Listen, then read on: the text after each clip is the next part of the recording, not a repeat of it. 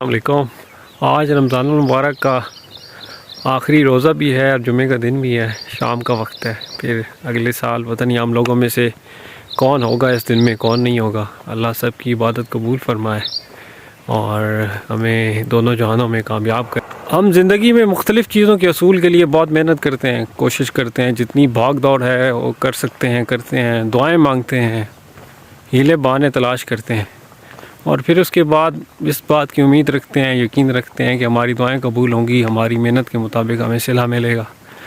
اور جب چیزیں ہماری امید پر پورا نہیں اترتی تو ہم پریشان ہو جاتے ہیں، نا امید ہو جاتے ہیں، جیسے سب کچھ ہماری مرضی کے مطابق ہونا تھا، اور اب اگر یہ نہیں ہوا تو کوئی بہت ہی بری چیز ہو گئی ہے۔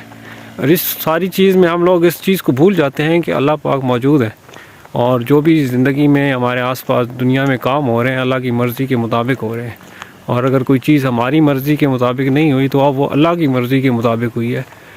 وقتی طور پر ہمیں شاید وہ اچھی نہ لگ رہی ہو۔ ما اصابہ میں مصیبت الا باذن اللہ، اللہ پاک قرآن مجید میں فرماتے ہیں، جس کا مفہوم ہے کہ کوئی مصیبت تم لوگوں پہ نہیں آتی مگر میری طرف سے، اور جو مجھ پر ایمان رکھے گا اللہ اس کے دل کو ہدایت دے دے گا۔